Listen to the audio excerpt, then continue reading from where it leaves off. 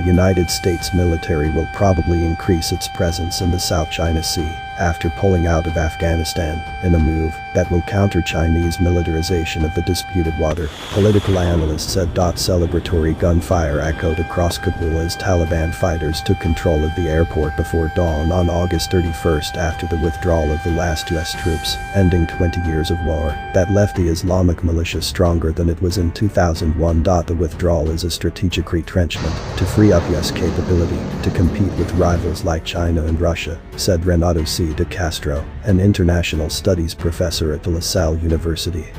The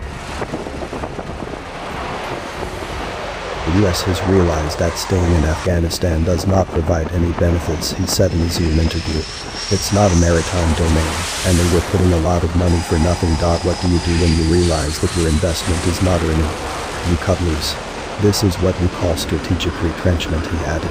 They have been spending so much resources on Afghanistan, and these have to be cut because they have other priorities in the Indo-Pacific. The US could now focus on more pressing foreign policy issues, including the South China Sea dispute, Mr. De Castro said. Taliban officials have indicated that they would boost ties with China and other nations.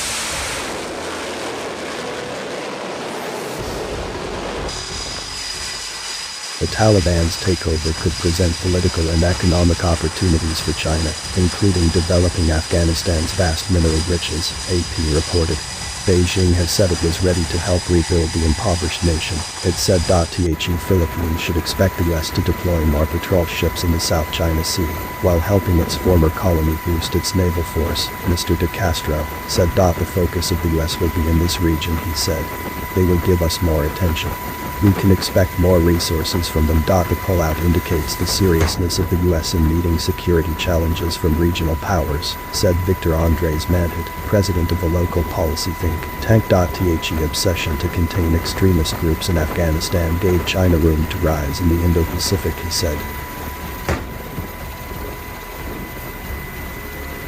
It also allowed Russia to disrupt Eastern Europe and the Middle East and enabled Iran and North Korea to advance their own nuclear ambitions, he said. Getting out of Afghanistan is part of a broader effort to refocus on core strategic challenges, specifically those in the Indo-Pacific region which the Biden administration considers more important, Mr. Manhid said. The US exit from Afghanistan, which led to the sudden fall of the capital Kabul to the Taliban, has sparked debates about the credibility of its commitment to allies, including the Philippines. The lack of an exit plan for Afghans who aided the American war against Muslim insurgents just worsened the speculation, according to international observers. China's Global Times has warned Taiwan leaders that the US would not fight if Beijing were to attack, saying that they cannot count on Washington, as Afghanistan is not the first place where the US abandoned its allies, nor will it be the last.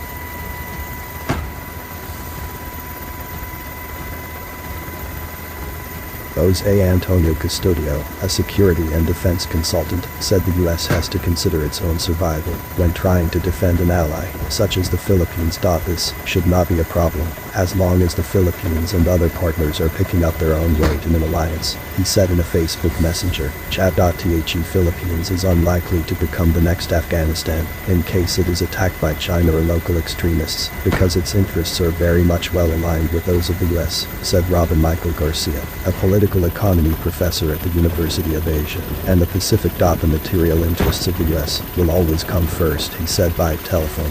That's a reality in international politics.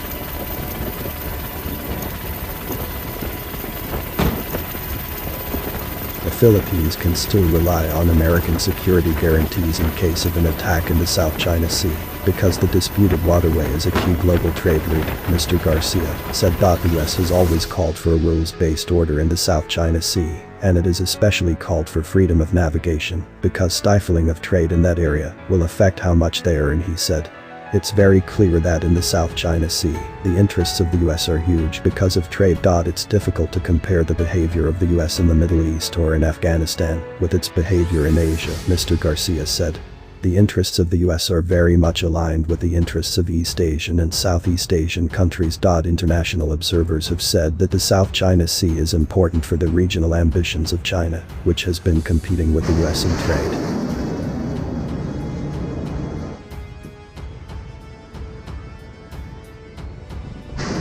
sea lanes that pass through the South China Sea are the busiest, most important in the world, Marvin Ott, an adjunct professor at the Johns Hopkins University, said in an article published by a research group Wilson Center. Does the U.S. still consider the West Philippine Sea important to its interests? Antonio P. Contreras, a political science professor at the La Salle asked, referring to areas of the sea within the Philippines' exclusive economic zone. If so, they will not withdraw from it, they will still support us. The dispute in the West Philippine Sea is not an issue of terrorism, but an issue of free access, he said. Afghanistan is a landlocked country.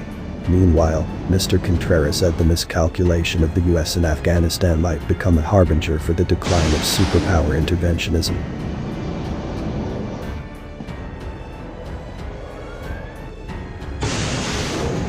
US credibility inevitably takes a hit, no matter how justifiable the withdrawal from Afghanistan was, said Herman Joseph S. Kraft, who heads the University of the Philippines Political Science Department. Mr. Kraft said President Rodrigo R. Duterte, who had suspended a key military pact with the US, might use the issue to justify the pivot to China once the human rights lobby against the Philippine government in the US Congress gains ground. Still, US-Philippines relations remain stable because majority of the Philippine defense and military establishment remains committed to the alliance, Mr. Custodio said.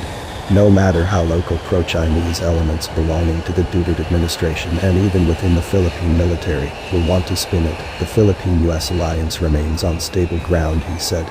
It does the job in addressing the country's existing security challenges without the need for an excessive US presence.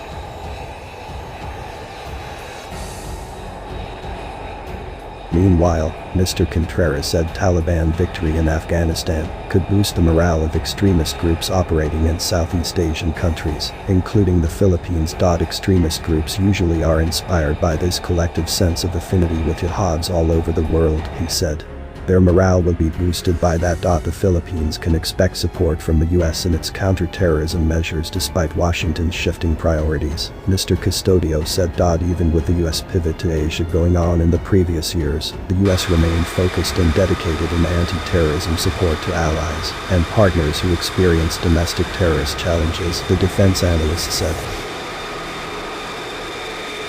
He noted that the US had extensively helped the Philippine armed forces when the Islamic State-linked MOT group attacked the Marawi city in southern Philippines in 2017, even while Washington was conducting freedom of navigation patrols in the South China Sea. It is not a zero-sum situation when it comes to terrorism vis-a-vis China for the US, Mr. Custodio said. The Philippines should expect more help from the US, especially after President Rodrigo R. Duterte changed his mind about ending a visiting forces agreement with America.